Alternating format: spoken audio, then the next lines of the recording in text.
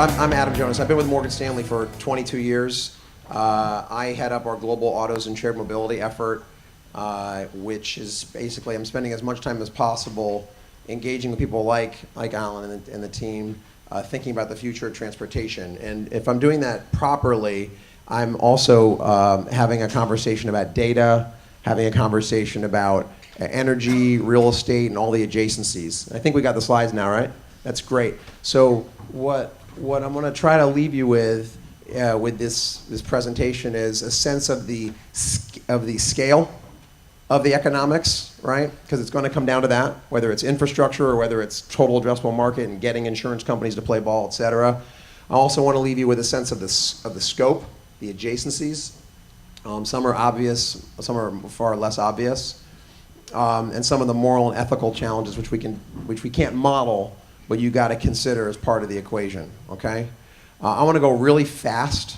Alan, you know, I'm pretty cheap. I come cheap, so like you know, if I'm going too fast, and I'll get out of the way here. If I'm going too fast for you, I'm sorry, but I'm all you got. I'm trying to get in your gut. I'm just trying to like get in your gut and leave you with a sense of these things. So we're going to go fast, but if it's too fast again, we'll have the presentation later. So we're going to talk about disruption in transport, some of the second order impacts, or what I call like the adjacencies, and then some strange stuff that we're seeing. Let's start with the core business. All right. So this is a 100-year-old industry, as the dean alluded to. I think Henry Ford, if I went back in time, brought him in a time capsule to here, showed him all the wonders of modern technology, whether it was mobile, telephony, supercomputing, particle colliders, International Space Station, he might get pretty excited about what the cars look like.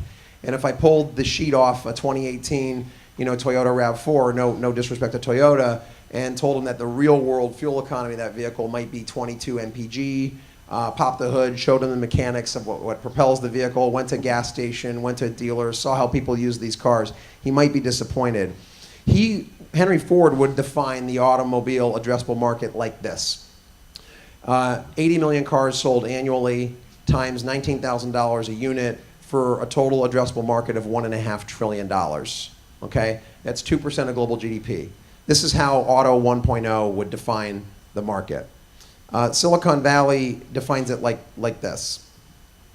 10 trillion miles traveled at roughly $1 per mile. The 10 trillion being the combined miles traveled on Earth of light vehicles. Dollar per mile is the bundled cost of transport, depreciation, fuel, taxes, insurance, finance charge, lubricants, tires, et cetera.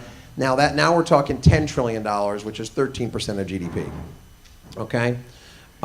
Maybe I'll use this as a little easier. So for perspective, 10 trillion miles is 1.7 light years for any astronomers in the room. It's a distance between the Earth and the Sun 108,000 times. It's just unusual to describe a physical market in astronomical terms without being accused of gross exaggeration, but we're not exaggerating here. So when people say, where's Apple going to find that next $100 billion market? And if you're Apple and you're worth almost $1 trillion, you can't go after $2 billion markets. You need big markets, $100 billion markets. Mobility is $100 billion markets. Okay, Apple can't exclude this business.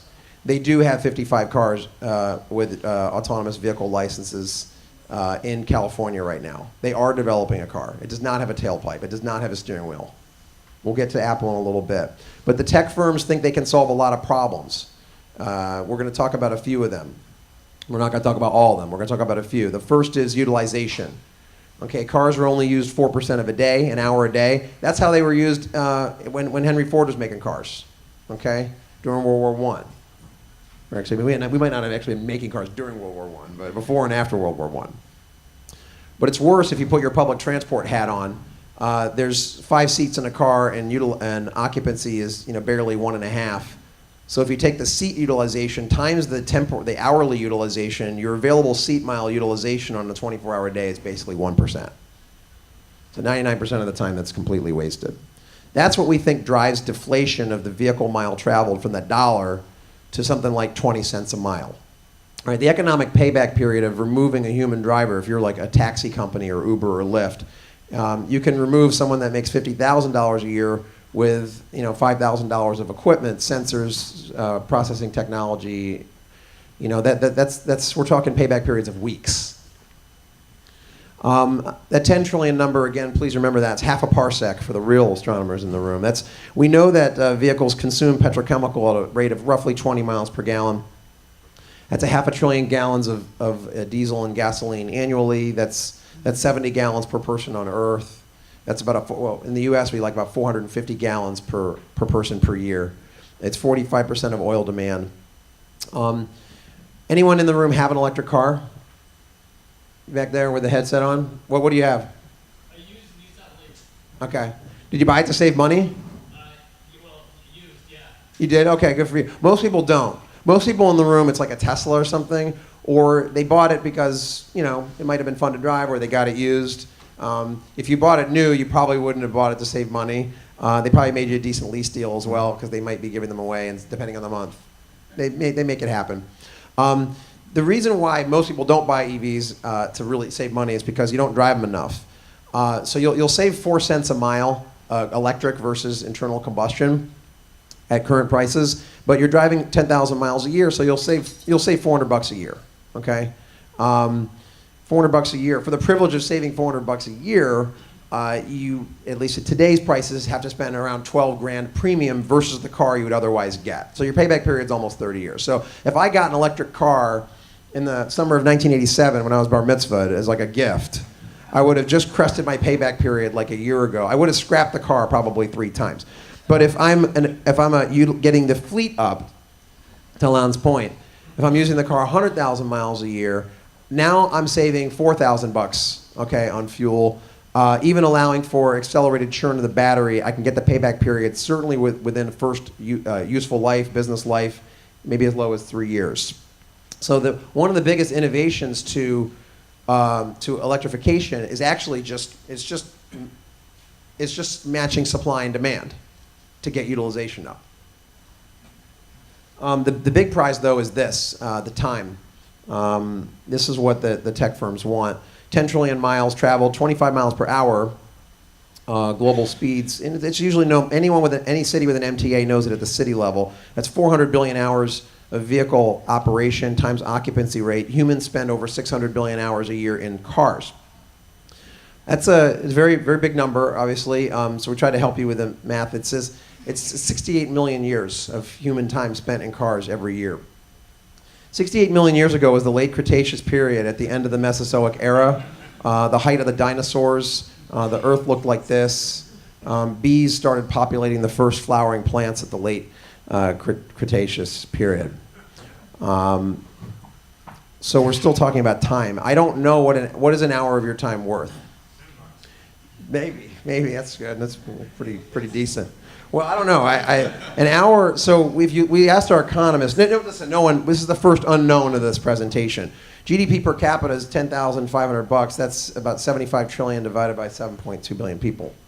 But on a per waking hour basis, assuming people actually sleep 8 hours a day, that's $1.80 an hour. But we're not talking about all people on Earth. We're talking about the relatively fortunate 1 billion folks that have ownership or regular access to an automobile.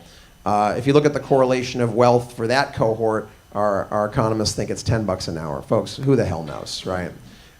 600 billion times freaking anything is like, these are big numbers, right? These are whole dollar numbers we're talking about. Multi-trillion dollar market for your time. So big that Apple could really take me back to Manhattan at a loss just to get access to my data or to sell me content. We are going to talk about safety, of course. Clearly many of the big firms want to leave the world, they say they want to leave the world a better place, and some are actually doing it. So just some of the statistics, this is already out of date. It's now about 40,000 deaths in the United States annually, about 110 per day, 1 every 15 minutes. It's the leading cause of death as of, this might be a little out of date, 2013 was the last data we had from the CDC. Single leading number one cause of death of young people in the United States. Opiates, I have reason to believe might be giving off traffic fatalities some competition, if not surpassed. But they're all near the top. Cars have been getting safer for many decades, particularly occupant safety. The last few years, we saw something disturbing where we had an increase of death that was about 3 times the pace of miles traveled. So some of this is the economy rebounding, but again, we had the death 3 times the pace of miles traveled, which is the biggest we've seen on record. It seems the only thing progressing faster than the pace of machine learning is the pace of human unlearning. And it's not just the texting driver, it's the texting pedestrian, the texting cyclist, the texting all at the same time. Some of the latest data of pedestrian fatalities and petacycle fatalities in the U.S. is it's barbaric. World Health Organization puts it, the numbers at a much higher level, over 3,500 deaths per day. Okay, in the U.S., for every death, there's 15 so-called incapacitating injuries. I'm not going to describe them, but many of them are worse than death. So there are technologies that can address this, right? That while solving a problem, while turning your car into an Apple store, while kind of minding all these other issues, while we're at it, we can solve these problems. Has anyone been in, I know you've been in an autonomous car. Anybody else been in an autonomous car in the room besides Alan? Okay, good. Oh, great, of course. So know your audience, I guess, right? That's rule number 1. So usually when I'm presenting in front of investors, no hands go up, and I'm like, you're going to be in these cars soon. They're kind of like a novelty right now. I've been in maybe 6. It's weird at first, and you get used to it, and then it's kind of like you get really used to it. I think it's quite fun, actually.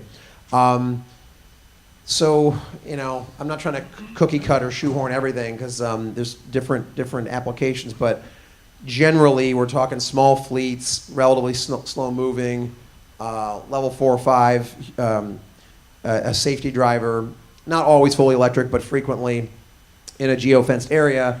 It's not federalized. It's city by city, not unlike the rollout of the Transcontinental Railroad or the electric utility grid when these folks were engaging in disruption at that time, right? And we'll talk about national security later, but the posture in this country from the feds and from other regulatory forces, we think is where it can, is so far trying to be encouraging of these things because of the issues we're going to talk about a little bit later.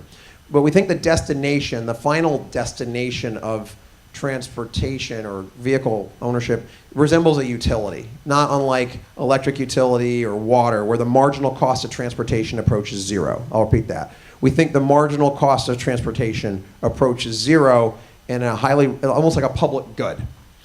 Automated, regulated, very, very cheap, possibly loss-making, doesn't have to be, but the value of the ecosystem is in the content and the data that's isolated, monetized from the 600 billion hours of humanity spent in cars, and we actually forecast that 600 billion multiplying over the next 23 years and 32 years. All right, some second order impacts. So I'm an auto analyst, so I cover the disruptees, not the disruptors. My companies are on the left. 99% of the value of the human financial, physical capital, intellectual capital is in human driving, private ownership, internal combustion technology. They're tasked with, I like to use the example of, imagine you have a son or daughter, graduated from Princeton, software engineering whiz, comes to you and says, Mom, Dad, I got 2 job offers. You're like, what are they? You're like, all right, the first one is, and what I want to do with my life, I want to dedicate my life to saving lives and really expanding this market. I want to apply my craft in one of these 2 jobs. The first one is, I moved to Dearborn, work in Ford's autonomous effort. I report to someone who reports to someone who reports to someone who reports to someone who reports to someone who never met the CEO.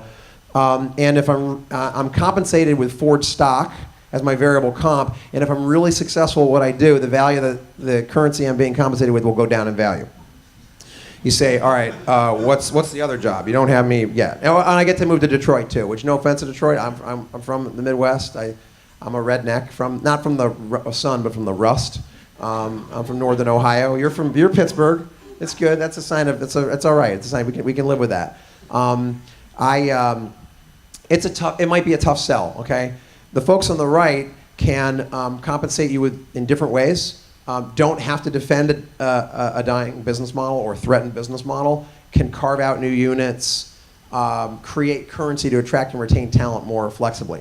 The companies on the left are facing, the biggest problem they face is talent, getting the human brains, the right amount of brain. Capital, that's not a problem right now. I mean, their cost of capital is high compared to Apple, of course, but it's that scarce resource of the brain. How are you going to get the smartest people in the world to come work with you? And that's why they're all exploring these currently separate legal entities that inevitably are going to get carved out. Whether the parent company owns a stake or not, that's not up to many combinations. But without creating that smaller company that can go all in, we don't think it works. And we think, and this is also what we're hearing echoed out of the boardrooms and C-suites of the major automakers. They recognize that problem. They're not blind to that. Listen, we know what ride sharing's done to medallion values. In fact, they don't even auction them anymore. I don't think they want to print the price, because the $10 billion of medallion debt in New York City, they don't want that to show that it's not 1.3 million, but maybe $100,000. People leave the country, don't come back. It's better to leave for some of these people, sadly. Rental cars could be next. Again, this is not lost on the car rental company as being next outside the epicenter of disruption. We do still rent cars once in a while. I would describe it as a nostalgic experience. You get off the plane, you talk to a human being, they're trying to sell you on like a TomTom or a tank of gas. You're gonna fill the gas or bring it, and then you're like, "They need insurance." You're like, "No, I'm covered." Amex. They're like, "Are you sure? Are you sure? We're just gonna charge your credit card for $25,000, but your call." Fuck it, I'll pay the insurance. All right. So it's just kind of medieval, awful. It's terrible. The folks on the right, the revenue from when Uber in 1 hour is equal to 36 hours in an enterprise rent-a-car, and you don't have the unionized employees. Although Enterprise isn't unionized, but the other two are. Our freight transport analysts, when running scenarios of automated and electric, get cost reductions of 60 to 70%. And it goes beyond that. The fleet operators are talking now about follicle drug testing. Does anyone have any truck drivers in the family? Got one? There's always one, or it's like 0 or 1. I have a cousin who's a truck driver, and it's a tough job. In fact, I don't know where he is right now. We lose him. We end up finding him. It's usually not a good story. But they and I'm not trying to paint all truck drivers as hardworking people. I'm glad people do that for a living, because without them, like, the economy doesn't work, kind of thing. But they say that when you go to the follicle drug testing, that as many as 60% could fail methamphetamine test. Very accurate test. Now, I don't know what's worse, having a sleepy truck driver or one high on meth. Frankly, I'd take the meth. Neither is ideal, but there we go. Insurance, you talked about this. I want to be respectful here. So right now, the insurance, like most of us that own a car, your relationship with an insurance company is on a website, okay? Where you're at an actuarial disadvantage and you have to buy insurance. You'll do some shopping, but you're going to get the insurance. You can't drive without it. It's about, I think according to AAA, the cost of insurance is about 11 cents a mile. You can check my math on that. Out of the most recent one, about 76 cents per mile of driving in this country. It's about 15% of the cost of driving is insurance premium. We live in a kind of so-called high-tech world where the aggregate global auto, property, and casualty insurance premium is $500 billion. It's over $200 billion in this country. That's 70 basis points of global GDP is devoted to kind of insuring our automobile mess, tragedy and stuff, and risk. At the margin, I will be replaced by a business. So we're moving from B2C to B2B, where not just any business, but like Waymo can buy insurance for their whole fleet, or Uber, or Tesla, or Baidu, or whatever, or Didi. So you're going to go into commercial policy, which already takes you kind of down, I'm being round numbers, half per mile. And the company that's doing the negotiation, particularly if they're connected and automated cars, the car becomes the actuary. So the actuarial screws kind of starts to tilt to the supercomputing kind of crowdsourced cyborg swarm that is the car population. And that's while there's still risk pool to insure. And listen, there'll always be like storms and trees falling. and cyber risk. So there'll be I'm a believer that there's going to be insurable risks, and there'll be a risk pool, but it might resemble more catastrophe insurance or aircraft casualty P&C insurance. We do think it's going to be a much, much smaller pool, but to Alan's point, if the costs are lower, there could be more profit pool in there, okay? Unrecognizable business. But you might think, oh, sell the insurance companies right now. The sad thing is we're getting dumber faster than the cars are getting smarter. So guess what's happening to your insurance premium? It's going up a lot, okay? Because not just texting, but maybe texting, opiates, maybe everything is going on, okay? So it's interesting is these unintended consequences and nuances. The insurance companies might be in a position where they're raising premium a lot faster than they have need to, but the margins might go up and before this eventual change of the market. All sorts of raw material chicken and egg issues. I talk to people who are super bullish on EVs, for example, and we're like, what's your infrastructure framework? And the answer I very frequently get is, invisible hand, mate. It'll work itself out. We need, just to move 1/3 of the world's cars to EVs, we need to multiply the production of lithium by 12 times. This chart just shows the lithium for cars, but the total global demand, 12 times. 3.5 times global cobalt production. Cobalt's currently artisanally mined in the DRC. Artisanal mining is like an elegant term for 12-year-old boys and girls with spoons and stuff mining. It's just not sustainable. It's not sustainable source of material. If we're going to move vehicles to electric, and you might, why am I talking about electric? Because the companies that are getting into the autonomous realm, they're just not going to have tailpipe emissions, folks. Okay. And of course, the autonomous, we trying to establish, it works better as a fleet. An autonomous car is a slave that should be worked 24 hours a day. That solves utilization issues for EVs as well. So the sharing helps autonomous and EVs. The EVs helps sharing and autonomous, and the autonomous helps the sharing in the EVs. They all kind of accelerate each other. We actually have the electric utility kind of generation capacity to fuel all miles traveled in the United States. Technically 1,200 terawatt hours, but when we need it at the neighborhood level, the step-down transformers, okay, the charging infrastructure, the software, we don't have that. It's hundreds of billions of dollars. Globally, we estimate, working with our cap goods utilities team, almost $3 trillion of aggregate global investment to convert, again, just 1/3 of the world's cars to EV by 2040. Where's this money going to come from, right? So it's like we need to move Earth. We don't need 1 gigafactory. We need about 100 gigafactories, not 16 lithium mines, like 160. So these are physical gating factors. So we are bullish on EVs, but we're very bullish on miles traveled. And this is one of these unintended consequences. Maybe Henry Ford, if you walked around today, be like, "What the hell have we been doing? This is not ideal. We have the technology to do things more efficiently." We forecast that this deflation, due in part due to automation, okay, and sharing, it'll lead to a tripling of miles traveled, a tripling of the 1.7 light years by 2040. 2/3 of that delta is China and India. So even allowing for EV penetration to grow a lot, we think gasoline demand is going to keep growing deep into the 2030s. Our gasoline forecast for transport is more bullish than the IEA. Okay? So you can be constructive, you can be a Tesla bull and bullish on gasoline in this scenario if your miles traveled forecast is high enough. Okay, so this is one of the messages we've taken. 600 billion hours, a lot of time to spend in a car you're not driving, so these firms clearly want to turn your car into a living room and mine that time as we discussed. Some of the other adjacencies, alcohol, it's interesting, we're kind of living through a historic period now. You can see when Uber enters a college campus or a small town or large town, what happens to DUI fatalities, DUIs, alcohol fatalities, and alcohol consumption. And Uber's trying to always prove their social good, for example. They showed some statistics, and it's not just Uber, that when you enter the community, alcohol sales rise and DUIs fall. Normally those two things are positively correlated, okay, folks? 0.5% of the US adult population gets a DUI every year.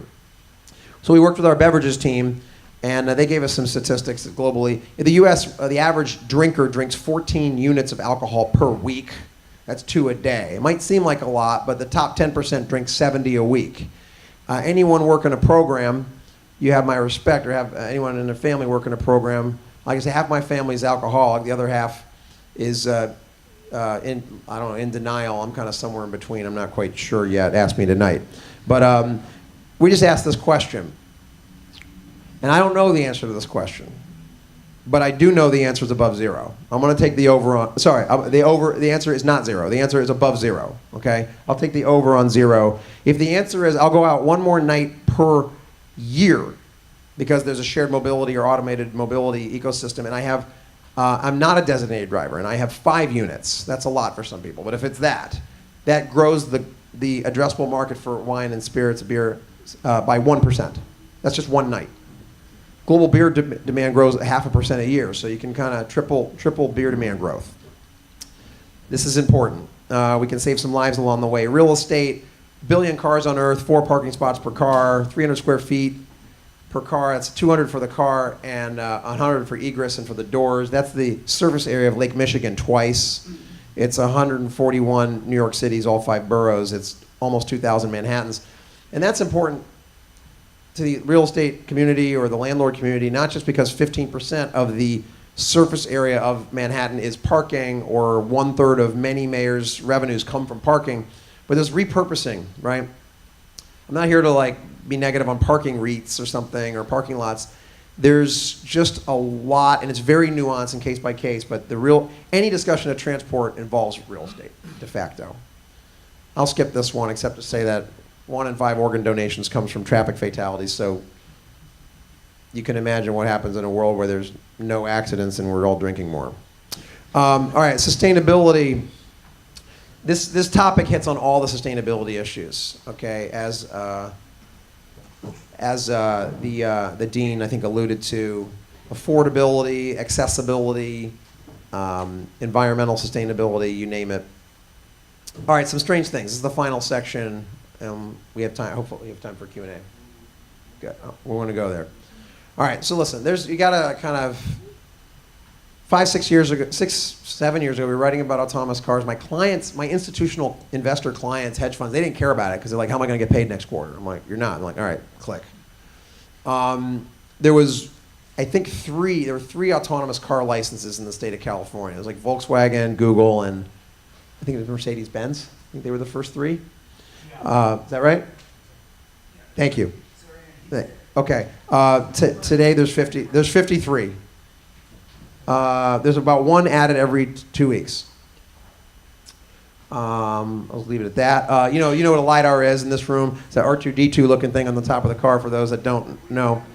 A few of them here. So to my knowledge, there were, well, depends when your starting point is, but I was only aware of 1 LiDAR company. I'm sure there were more than 1, but there was one that my investor base was aware of, and that was Velodyne. There's, I don't know, some people say there's 50 LiDAR companies, some say there's 100 if you include Chinese. It seems like the barriers to making a bad LiDAR are pretty low, but making a good LiDAR, I don't know, but there's a lot of effort. It's an important field of study. It's an important field of study, and again, it's not negative on LiDAR. This is a sign that you're in a hot area, okay? But, and you might, how many LiDAR companies are there? NVIDIA told me 88. All right. We'll leave it at that. Does anyone know what this is? All right, you probably do know what this is, but because again, you know your audience, but a lot of my clients, a lot of my people don't know. So this is a patent filed and actually granted the U.S. Patent Office to Amazon for an unmanned aerial vehicle that kind of flies up to an electric car while it's driving, delivers a very high-powered charge, flies away. I'm told this is engineering people here. I'm told there's a lot of flaws with this design, including the rotor to ratio and the power to weight and area, and the fact that there's even that Amazon even has someone like doing this is the point. Okay, I have no idea what the frickin' tree is doing here, by the way, at all. Just completely no clue. So let's dwell on Amazon for a moment, though. If you opened up a spreadsheet, an Amazon earnings model, in 2018 they're going to spend between what they call fulfillment. Amazon has two line items I want to mention. Fulfillment, which is basically data centers and warehouses, and then shipping, which is mostly trucks, some planes, not that many sidewalk drones, okay? That's all kind of more for show. But those two numbers combined are meant to address a geometric problem, which is getting their stuff to you as fast as possible. That is a $60 billion amount. They spend $60 billion. My internet analyst forecasts that grows to $292 billion by 2027, 2028, about 10 years. That's the GDP of Denmark. That's the GDP of Ireland. That's the GDP of Malaysia, GDP of Colombia, not combined, but separately. So you have a government-sized spending on logistics, essentially. Amazon, I like to say, is a logistics company dressed up as an internet retailer. They have a vested interest in getting the marginal cost of transport to zero. They want to put their junk in your trunk, okay? So what we're talking about is we're talking about 100 cubic feet of space in a car, the trunk and the passenger compartment. We might look at that as, just space, nothing really. Amazon sees that as times 1.2 billion cars, 120 billion cubic feet, or the volumetric equivalent of 3,200 Empire State Buildings. That's a crowdsourced mobile supercomputing warehouse. That can change. They can tap into that. That can change where they need to have an automated warehouse, how big it is. The car becomes the warehouse. So the concept of real estate and the car, we refer to as mobile real estate and edge computing. You can put, of course, all sorts of sensor and compute power in that framework. You all know what Tim Cook, CEO of Apple, says about autonomous cars. He's called it the mother of all AI projects. Apple doesn't want to make cars, but they don't want to go out of business either. All right, so I talk to people who own Apple stock, and I say, how long do you think Apple's making physical rectangles? Like if the purpose of this rectangle is to get information to your eyeball and your ear, your two primary sensors, how long are they going to do that? And the answer I typically get is, long time, 10 years. I'm like, okay. I'm like, if you're a hedge fund, I get it, that's an eternity. But, if you're on the board of the world's most valuable company, are we going to wait until year 7 and be like, 3 years left, what are we going to do? They got to do something. If your stock trades on the size of your rectangle and how big your buyback is, that's great, but, they have to, the automobile, the autonomous car ecosystem could be a grotesquely disproportionate part of the mobile supercomputing environment, HMI, where Apple has some skills to contribute. Now, they don't want to make the cars, just like they don't make the phone. So it'll say designed and engineered in California, manufactured in Racine, Wisconsin, manufactured in Pittsburgh, manufactured in southeastern Michigan, perhaps, okay? So Foxconn Chairman Guo is fixated on cars for obvious reasons, because if that smartphone starts to just become a cloud and rest on your eyeball or behind your ear, what's Foxconn going to make? Services, do services. So Sir James Dyson is putting 2 billion pounds of his money and his resources on lightweight, ultra-efficient electric motors and packaging and solid-state batteries to work in the auto industry. And some people, even people at German auto companies, say, hey, you know what? They could make a really good car. We'd have to respect what they're going to do. Domino's Pizza is running pilots in Australia and in the US of cars that not only deliver pizza without a driver, but actually cook the pizza in the car while it's kind of predicting, right, like the ovens in the car kind of. I have no freaking idea what this tastes like, of course, and I'm not going to be too mean to Domino, but if anyone who has kids in college or your students, I'm not sure your students really care what it tastes like, all right, as long as they really care. And yes, weed delivery is an actual thing, and I'm told that pizza and pot go together, I've been told. All right, flying cars are a thing. I'm just going to say this as I transition to some of the Q&A.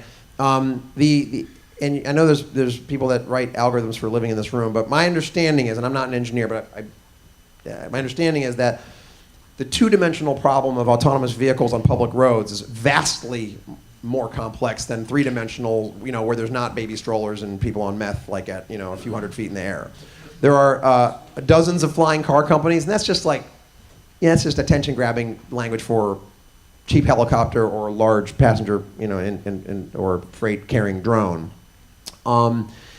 And a lot of the skills that'll be done, whether it's the AI removing the pilot, driver, the sensors, the LiDAR, can be applied in this environment. The gating factors are things like noise and wind force in most markets. I'm going to kind of go through to the end here, last slide. So, again, 7 years ago, clients didn't care about this stuff, but the Pentagon did. And you know how important DARPA has been to the development of this early capital formation and the contests and the development of these systems. We're almost at a point where we take for granted, yes, we're going to get there. We're going to get there in public transport.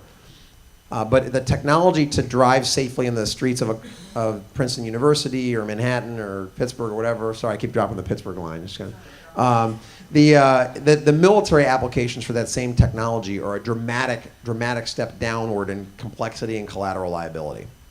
So we got to get this right. There's going to be lots of gating factors, particularly legal, moral, ethical, that I think investors and academics alike kind of, I don't want to say ignore, but you can't model them, and so you kind of set them aside. You consciously set them aside, and then we talk about the end state.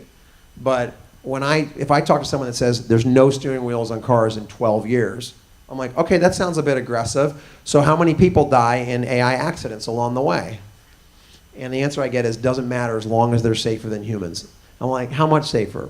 10%'s worthy. I'm like, no, I mean, mathematically I'm with you, but there's just not going to be a moral equivalency between a drunk driver that kills someone and a computer that makes a decision to kill someone or makes a mistake and kills someone, or a computer involved, particularly if it's run by a $1 trillion company with an Apple on the logo, right? We're just not. And so I don't know if the cars have to be 1,000 times safer, 10,000 times safer, or just 10, okay? But it ain't like twice as safe. And I'm not saying stop now. We have to learn. You have to err. We have to test these things on public roads. But I just think you have to, if you're going to engage with policymakers and scientists in this topic, you just need to be open about it. That it's not going to be perfect, and that planes do crash occasionally, and you find out why, and it will be spectacular.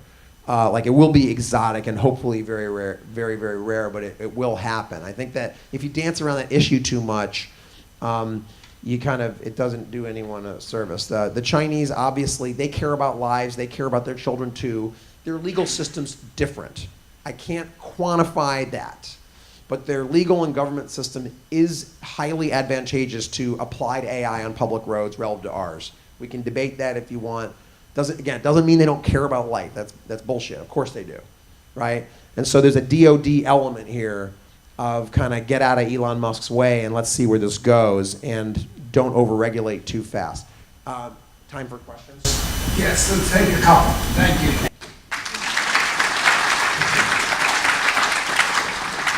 You're hopelessly behind, not surprisingly. Oh, sorry. But, no, it's okay. Doesn't sound okay. In the back, yes. Speak up. Steve Buck, this is WSP. Previously, I think your report had shown 50 cents a mile as a cost, and now it looks like you're down to 20 cents a mile? It was $1 per mile. So in the United States, according to AAA, it's about 76 cents per mile of driving. That data is a couple years old. Doesn't factor in slightly higher fuel prices, higher depreciation, as like we don't make cars in this country anymore. We peg it at about low 80s. But this is the cheapest country in the world to own and operate a vehicle. Globally, with even lower utilization in the U.S. and higher costs, including insurance in Europe, it's around $1. It's a round number. You might come up with 90 cents. Someone else might come up with $1.05. You can also get their bottom up, adding the industries that feed into that $10 trillion TAM: insurance, oil and gas, et cetera. But getting to 20 cents. So there's just getting utilization up from 4% of a day to maybe 25% of a day. It's really hard to you can't go to 100, obviously, and you have modality of transport times, and 40% is probably a theoretical maximum for temporal usage of a 24-hour day for reliable service.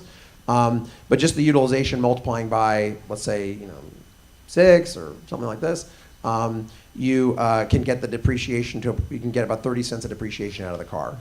So you can get to like 70 cents. And if you can take 10 cents out for insurance, you get to 60 cents. If you can get fuel costs down, you can get to 55 cents. You can kind of land at 40 without automation, without full automation. And that dollar, by the way, excluded the labor. That was just the non-labor. So if you do the math on an Uber, where you're going from maybe $1.50 or $2, where half that's labor, you kind of quickly get a delta. The question was a range of environmental scenarios.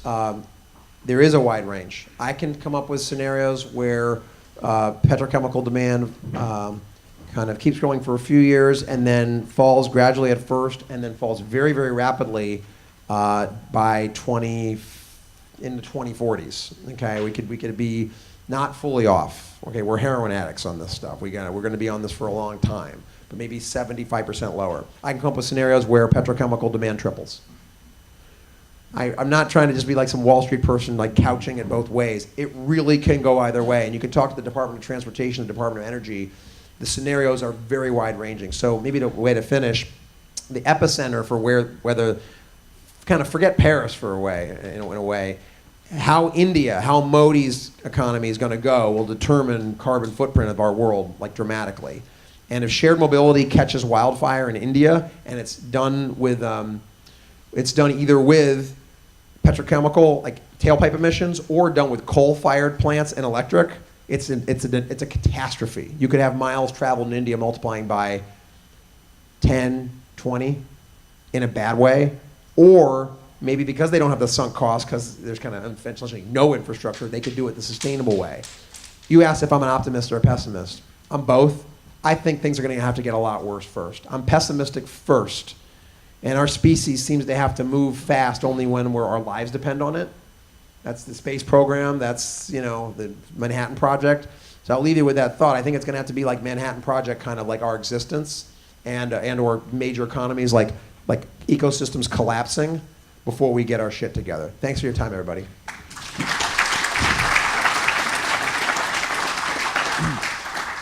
The comment that I would like to make on that is that basically what the miles traveled are is what the fundamental human quality of life demand is for what humans would like to consume.